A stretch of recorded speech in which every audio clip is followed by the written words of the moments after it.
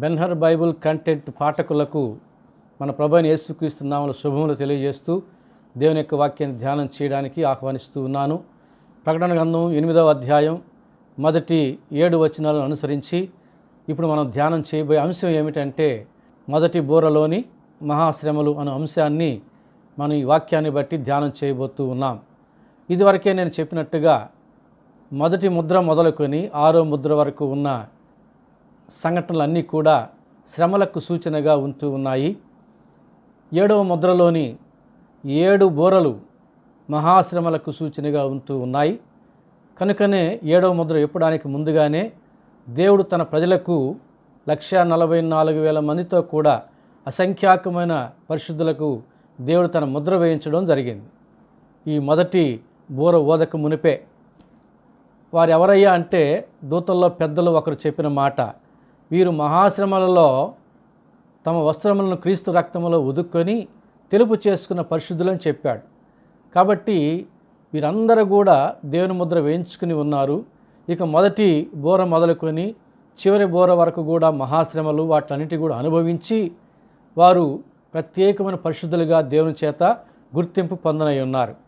కనుక ఈ మొదటి బోరలోని శ్రమలు మహాశ్రమలు అని చెప్పబడుతూ ఉన్నాయి. కాబట్టి మొదటి బోరలోని మహాశ్రమలను మనం జాగ్రత్తగా ధ్యానం చేద్దాం. 8వ అధ్యాయం మొదటి వచనం, ఆయన 7వ ముద్రను విప్పినప్పుడు పరలోకమందు ఇంచుమించు అరగంట సేపు నిశ్శబ్దముగా ఉండెను. ఆశ్చర్యకరమైన విషయం అండి ఇది. ఎందుకంటే పరలోకములో మనకు తెలుసు కోట్ల కొలదిగా ఉన్న దూతలు దేవుణ్ణి స్తుతిస్తూ ఉంటారు.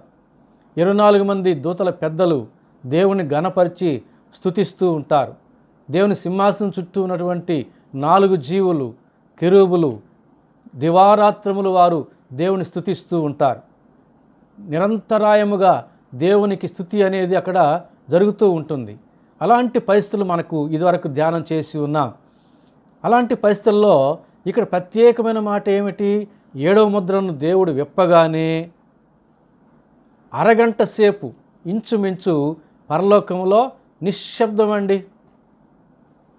దూతలు ఏమీ మాట్లాడలేకపోతున్నారు. దూతల పెద్దలు దేవునికి స్తుతులు చెప్పలేకపోతున్నారు. 4 జీవులు దేవునికి స్తుతులు చెప్పలేకపోతున్నారు. కారణం ఏమై ఉంటుంది?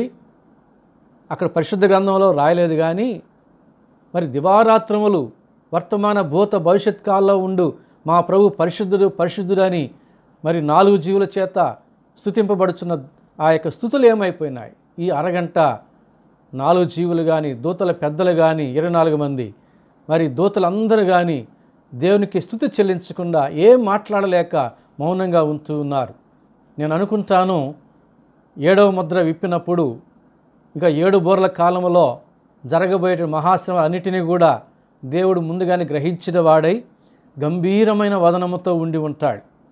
ఎందుకంటే శిలువ మరణానికి ముందు కూడా యేసు ప్రభు తనకు జరగబోయేటటువంటి ఆ శ్రమలను గురించి ముందుగానే ఎరిగిన వాడై గంభీర వదనముతో యెరూషలేముకు ప్రయాణమైనట్టుగా మనం లేఖనాలు చూస్తాం. అలాగే 7 బూరల కాలంలో భూమి మీద ఉన్న తన ప్రజలకు కలగబోయేటటువంటి మహాశ్రమలను గురించి దేవుడు తలపోయొచ్చు ఉన్నాడు. మరి భూమి మీద ఉన్న మనుషులందరూ కూడా దేవుని చేత నిర్మించబడిన వారే, దేవుని చేత పోషించబడిన వారే, దేవుని చేత కాపాడబడుచున్న వారే. అందులో తన ప్రజలు ఉన్నారు, పాపులు ఉన్నారు. అందరూ కూడా ఈ శ్రమలను మరి ఎదుర్కొనవలసిన పరిస్థితి ఉన్నది. ప్రభునందు ప్రియులారా, ఒకవైపు దేవునికి ఆ ప్రజల మీద ప్రేమ, ఒకవైపున తన ప్రజలు అనుభవించబోయే శ్రమను బట్టి దుఃఖం, మరొక వైపున న్యాయ విధిని అనుసరించి తాను జరిగించవలసినటువంటి తన యొక్క ఉగ్రత దినములు.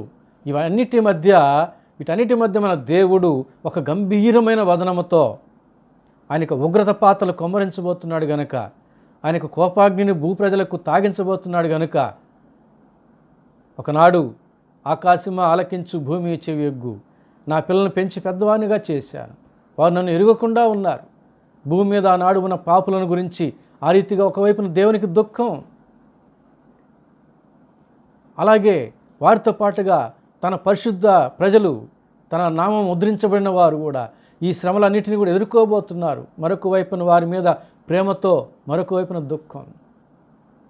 తన చేతులారా తాను నిర్మించిన సృష్టించిన ప్రజలకు, తాను ముద్రించిన తన ప్రజలకు ఈ మహాశ్రమలను ఇవ్వబోతూ ఉన్నందుకు దేవుడు గంభీరమైన వదనముతో ఉంటూ ఉండగా దేవుని యొక్క ఆ యొక్క గంభీర వదనాన్ని చూచి మరి దూతలు కానీ, దూతల పెద్దలు కానీ, 4 జీవులు కానీ ఏమీ మాట్లాడలేక, స్తుతించలేక మౌనం దాల్చినారు. కనుక 7వ ముద్ర విప్పినప్పుడు పరలోకమందు ఇంచుమించు అరగంట సేపు నిశ్శబ్దముగా ఉండెను. గ్రంథకర్త రాస్తూ ఉన్నాడు. తర్వాత 2వ వచనంలో, అంతటా నేను దేవుని ఎదుట నిలుచు 7 దూతలను చూచి తిని, వారికి 7 బూరలు ఇయ్యబడెను. అరగంట సేపు నిశ్శబ్దం అయిన తర్వాత 7 దూతలు వచ్చి దేవుని యొక్క సన్నిధిలో నిలువబడ్డారు. వారి చేతికి 7 బూరలు ఇవ్వబడ్డాయి. ఒక్కొక్క బూర ఒక్కొక్క తెగులుకు సంబంధించినటువంటి ఒక మహాశ్రమంలో కొంత భాగానికి సంబంధించినటువంటి బూరలు అవి. 7వ బూరలో 7 పాత్రలు వస్తాయి. అది అప్పుడు వివరంగా మాట్లాడుకుందాం. ఈ మొదటి బూర అనగా 7వ ముద్ర విప్పినప్పుడు 7 బూరలు పట్టుకున్నటువంటి వారు కనబడుతున్నారు. అంటే 7వ ముద్రలో 7 బూరలు ఉన్నాయి అనే విషయాన్ని మనం రూఢిగా తెలుసుకోవాలి. గణిత శాస్త్ర ప్రకారంగా చెప్పాలంటే 7వ ముద్ర ఈజ్ ఈక్వల్ టు 7 బూరలు. 7వ బూర ఈజ్ ఈక్వల్ టు 7 పాత్రలు. అంటే 7 పాత్రలు 7వ బూర ఊదినప్పుడు వస్తారు కనుక 7 పాత్రలు ఈజ్ ఈక్వల్ టు 7వ బూర, 7 బూరలు ఈజ్ ఈక్వల్ టు 7వ ముద్ర. కాబట్టి ముద్ర విప్పగానే 7వ ముద్ర 7 బూరలు పట్టుకున్న దేవుని యొక్క దూతలు వచ్చి నిలబడ్డారు. వారికి ఆ బూరలు ఇవ్వబడ్డాయి. అది 2వ వచనం. 3వ వచనం చూడండి. మరియు సువర్ణ ధూపార్తి చేత పట్టుకుని ఉన్న వేరొక దూత వచ్చి బలిపీఠం ఎదుట నిలువగా, సింహాసనం ఎదుట ఉన్న సువర్ణ బలిపీఠం పైన పరిశుద్ధులందరి ప్రార్థనతో కలుపుటకై అతనికి బహుధూప ద్రవ్యములు ఇయ్యబడెను. ప్రభునందు ప్రియులారా, మరొక దూత వచ్చి బంగారుమయమైనటువంటి ధూపార్తి అంటే ధూపం వేసేటటువంటి ఆ యొక్క ఉపకరణం బంగారుది, దాన్ని చేతబట్టి వేరొక దూత వచ్చి దేవుని యొక్క సన్నిధిలో ఉన్న బలిపీఠం పక్కన నిలబడ్డాడు. అప్పుడు మరొక దూత మరి ధూప ద్రవ్యములకు అవసరమైనటువంటి ఆ ద్రవ్యములు విస్తారముగా ఇవ్వడం జరిగింది. ఎందుకంటే అక్కడ రాయబడిన మాట, సువర్ణ బలిపీఠం పైన పరిశుద్ధులందరి ప్రార్థనలతో కలుపుటకై అతనికి బహుధూప ద్రవ్యములు ఇవ్వబడెను. బహుధూప ద్రవ్యములు ఇవ్వబడ్డాయి ఆ ధూపార్తిని పట్టుకున్న దేవదూతకి. ఎందుకయ్యా అంటే దేవుని సింహాసనం ఎదుట ఉన్న సువర్ణ బలిపీఠం మీద పరిశుద్ధమైన ప్రార్థనలు ఉన్నాయి, పరిశుద్ధుల ప్రార్థనలు ఉన్నాయి. ఆ ప్రార్థనలతో ఈ సువర్ణ ధూపములు కలపాలి. అది పరలోకములో మరి మొదటి బూరకు జరగవలసినటువంటి ఒక క్రమము, ఒక పద్ధతి. ఆ పద్ధతి చొప్పున ధూపార్తి పట్టుకుని ఉన్న ఆ దూత చేతికి బహుధూప ద్రవ్యములు ఇవ్వబడ్డాయి. ఇవ్వబడగా ఆ దూత ఏం చేస్తాడు, ఆ ద్రవ్యములతో పొగను చేసి మంచి పరిమళ వాసన వచ్చేటటువంటి పొగ, దేవుడు ఆగ్రాణించగలిగినటువంటి ఒక మంచి పరిమళాలతో కూడినటువంటి ధూపం అది.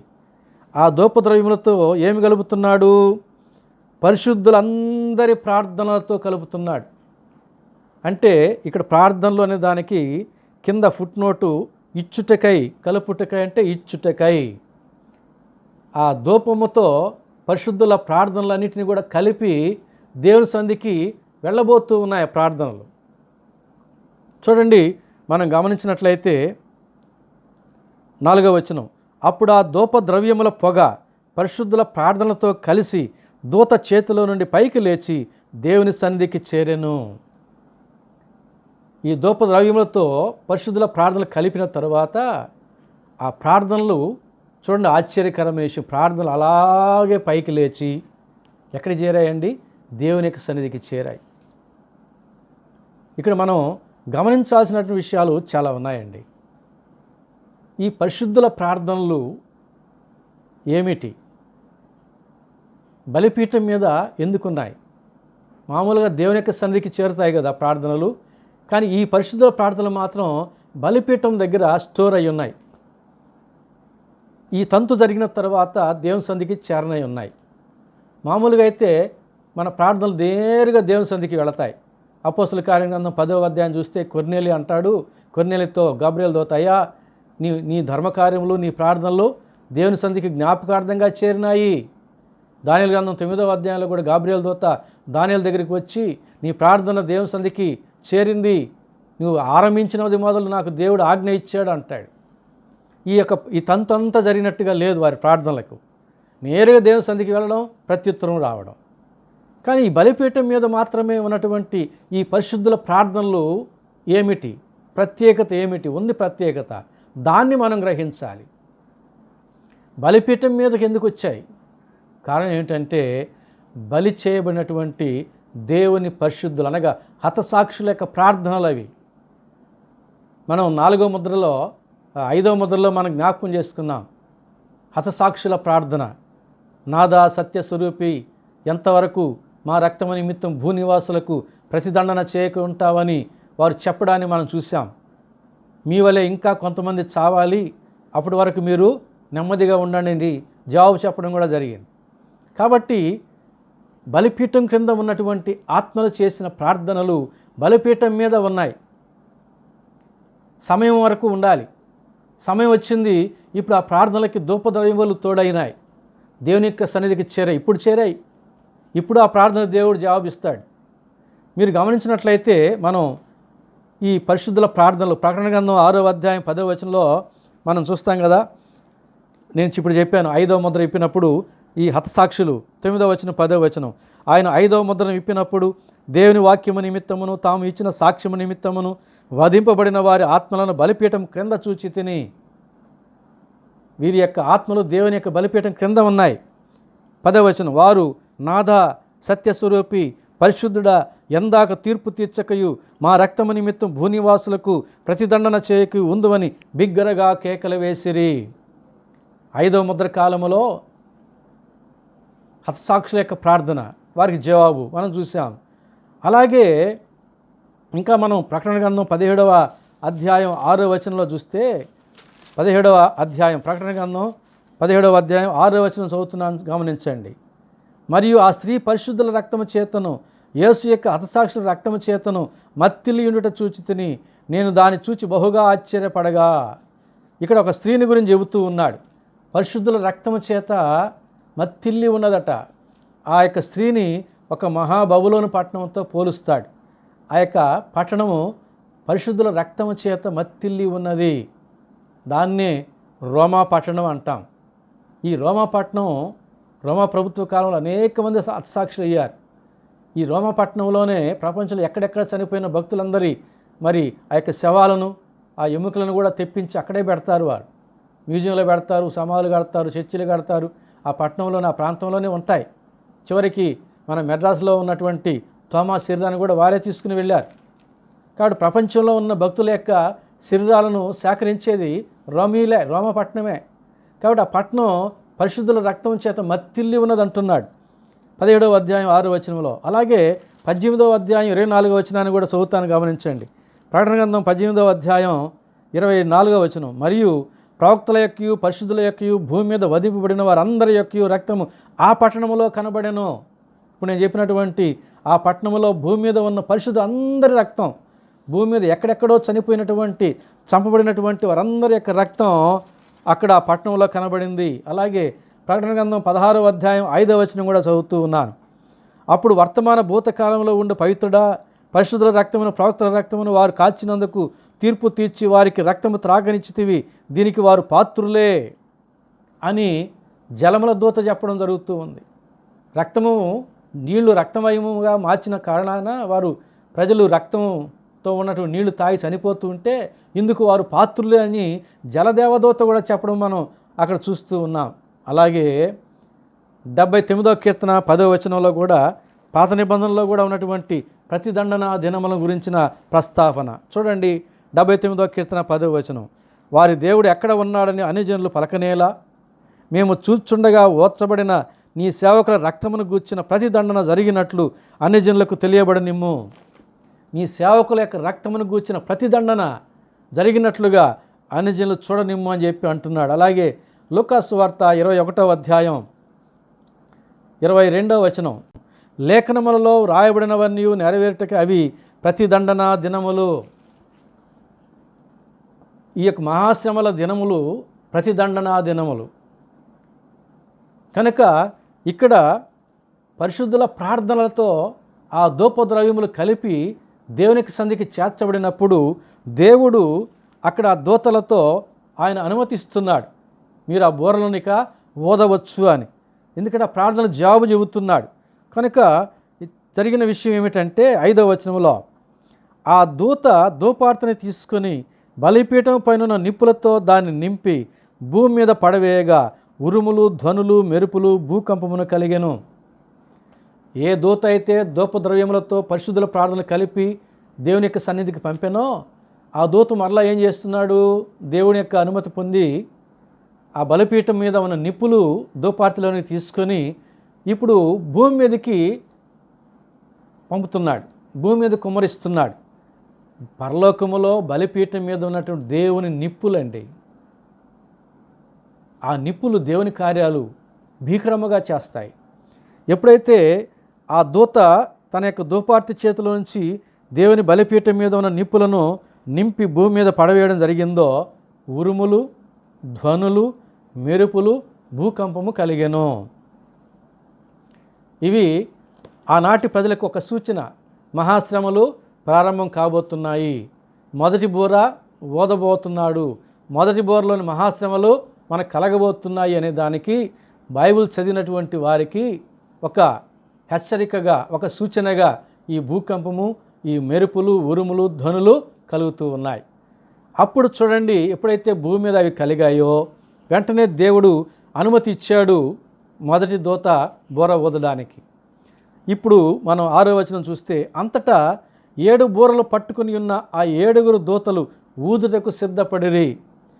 7 దూతలు కూడా ఊదడానికి సిద్ధపడ్డారు. ఒకేసారి ఊదరండి, వారి వారి కాలంలో వారు ఊదుతారు. దేవుడు వారికి కేటాయించిన సమయంలోనే వారు ఊదుతారు. అప్పుడే ఆ బూరకు సంబంధించినటువంటి శ్రమలు భూలోకంలో జరుగుతాయి. ఇప్పుడు వారందరూ సిద్ధంగా ఉన్నారు, కానీ ఇప్పుడు ఊదబోయేది ఎవరు అంటే మొదటి దూత. 7వ వచనం, ప్రకటన గ్రంథం 8వ అధ్యాయం 7వ వచనం. మొదటి దూత బూర ఊదినప్పుడు రక్తముతో మిళితమైన వడగండ్లను అగ్నియు పుట్టి భూమిపైన పడవేయబడెను. ఎంత ఆశ్చర్యకరమైన విషయమో చూడండి. మహాశ్రమలు ప్రారంభం. మొదటి బూర ఊదగానే ఏం జరిగిందండి? రక్తముతో మిళితమైన వడగండ్లు.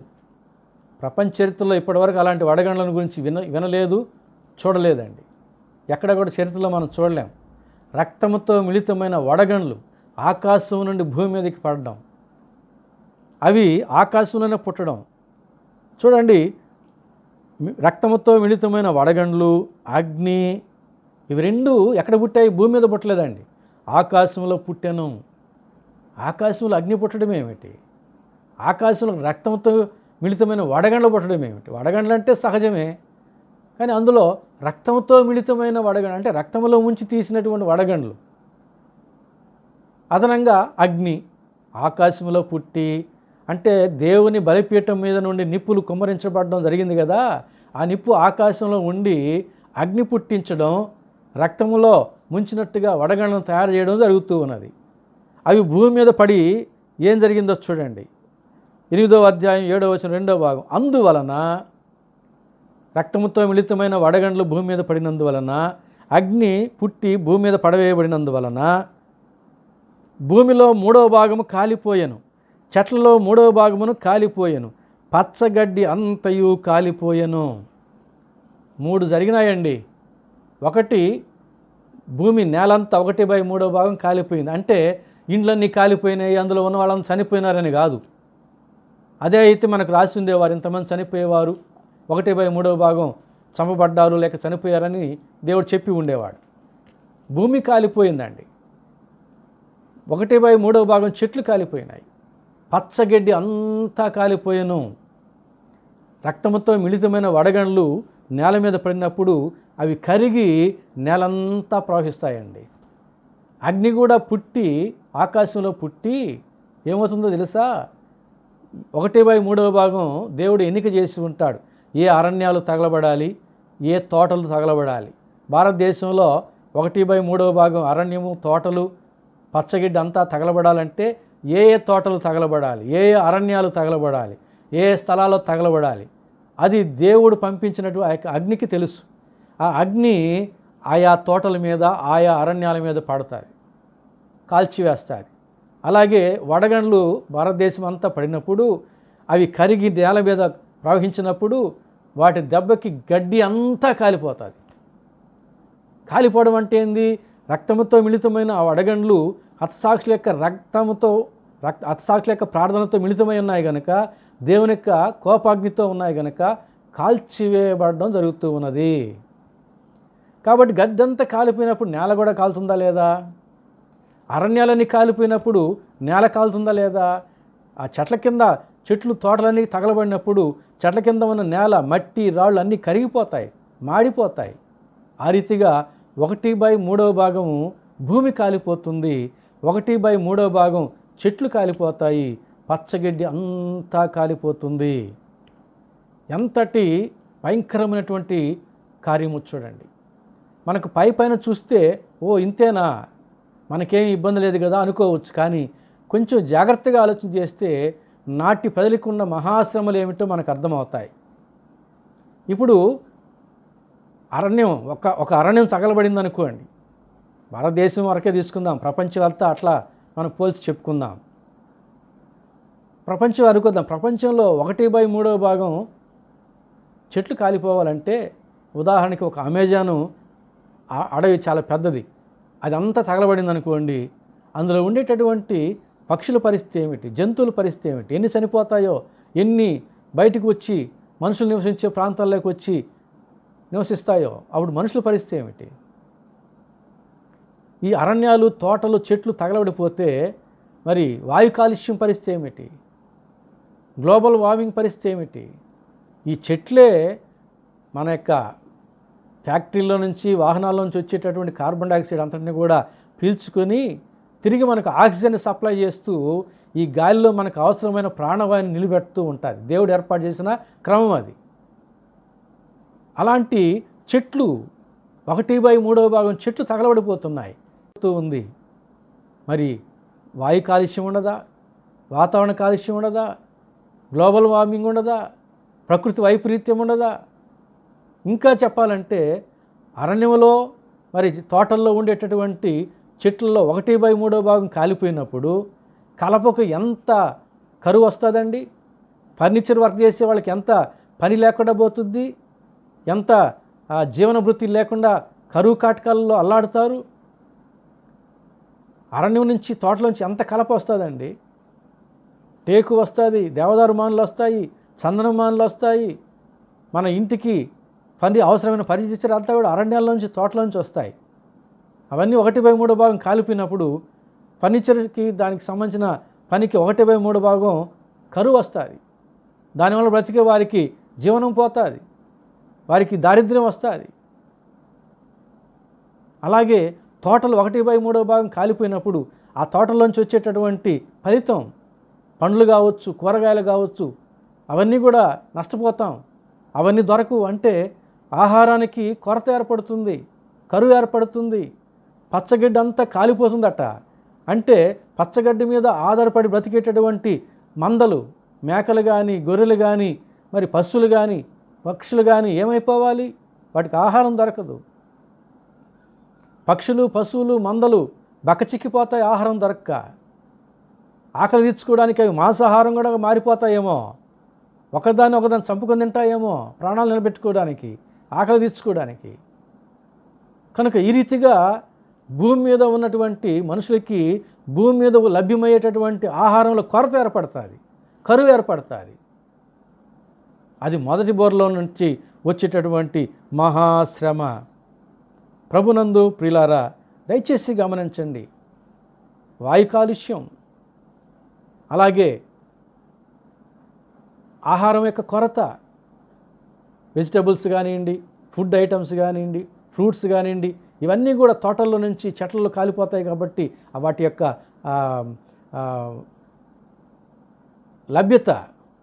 వాటి లభ్యత మనకు చాలా వరకు కుంటుపడుతుంది. అంటే ఆనాటి ప్రజలకు సరిపోయేంత కూరగాయలు కానీ పండ్లు కానీ దొరకవు. ఎంతటి ఘోరమైన పరిస్థితిలో చూడండి. మామూలుగా ఒక దేశం లేదన్నా తక్కువ పడితే ఇంకో దేశం సప్లై దొరుకుతుంది. ఇప్పుడు ప్రపంచం అంతా కూడా అదే పరిస్థితి. ఎవరికి సహాయం చేసుకోలేరు. పోనీ అప్పటికప్పుడు పండించుకుందామంటే వీలు పడదు. మరి ఆనాటి ప్రజల పరిస్థితి ఏమిటి? ప్రభునందు ప్రియులారా, జాగ్రత్తగా గమనించండి. చాలా సమీపంలో ఉన్నాం, దేవుని యొక్క రాకడకు అని అనుకుంటున్నాం. మరి రాకడకు ముందు ఈ మహాశ్రమలు ఇంకా సమీపంగా ఉన్నాయని మనం అర్థం చేసుకోవాలి. మరి మహాశ్రమల్లో దేవుని యొక్క ముద్ర కలిగిన వారు ఎంతగా వారు శ్రమ పడతారు, శ్రమలన్నింటినీ కూడా అధిగమించి దేవుని బిడ్డలుగా వారు జీవిస్తారు, దేవుని మహిమపరుస్తారు వారి జీవితాల్లో. అంతటి మహాశ్రమలు లేవు, మన శ్రమల కాలాల్లో ఉన్నాం. ఈ శ్రమల కాలంలో మన జీవితాలను దేవునికి సమర్పించుకోగలిగితే, దేవుడు మన జీవితాలను ఆయన బిడ్డలుగా ముద్రించినప్పుడు మనమందరం కూడా ఆయన యందు సంతోషించగలుగుతాం. దేవుడు మన యందు సంతోషించగలుగుతాడు. పౌలు అంటూ ఉన్నాడు, మనకు ఇవ్వబోయేటటువంటి మహిమ ఎదుట ఇప్పటి కాలపు శ్రమలు ఎన్నతగినవి కావు. అవి మహాశ్రమలు అయినా శ్రమలైనా ఎన్నదగినవి కావు. అంతటి మహా గొప్ప ధన్యత దేవుడు మనకి ఇవ్వబోతున్నాడు. దేవుని యొక్క రాజ్యములో, పరిశుద్ధ రాజ్యములో జీవవృక్ష ఫలాలు తింటూ పరిశుద్ధ దూతలతో కలిసి దేవునితో కలిసి ఎంతో ఆనందించేటటువంటి గొప్ప భాగ్యం ఎవరికి దొరుకుతుందండి? అంతకు మించిన భాగ్యం ఉందా? అందుకొరకు ఇప్పుడే మహాశ్రమల్లోనికి వెళ్ళక మునిపే, అవి రాక మునిపే దేవుడు అంటున్నాడు, నా స్వరం వినగానే నా గొర్రెలు నాకు లోబడి అంటున్నాడు. యేసయ్యా, ఇదిగో నా జీవితం నీ చేతిలో పెడుతూ ఉన్నాను. ఈ శ్రమల కాలంలో నన్ను పరిశుద్ధ మార్గంలో నడిపించు, శోధనలో నుంచి నన్ను తప్పించు, నన్ను కాపాడంటే దేవుడు తప్పకుండా కాపాడతాడు. ఆయన ఆత్మని సంచకరును మనకు ముద్రించి, ఈ లోకంలో ఆయన బిడ్డలుగా మనకు ముద్ర వేసి, పరలోక పౌర్లముగా మనకు ముద్ర వేసి, ఆయన కాపుదల్లో మనం భద్రపరిచి క్షేమకరమైన జీవితాన్ని ఇస్తాడు. మీ చింత యావత్తు నా మీద వేసి మీరు నిశ్చింతగా ఉండండి అంటున్నాడు. మన చింత ఏమిటో దేవుని మీద వేద్దాం. నిశ్చింతగా దేవుడు ఉన్నాడు, దేవుడు కాపాడుతాడు, దేవుడు చూసుకుంటాడు అనే ధైర్యంతో సంతోషంగా సాగిపోదాం.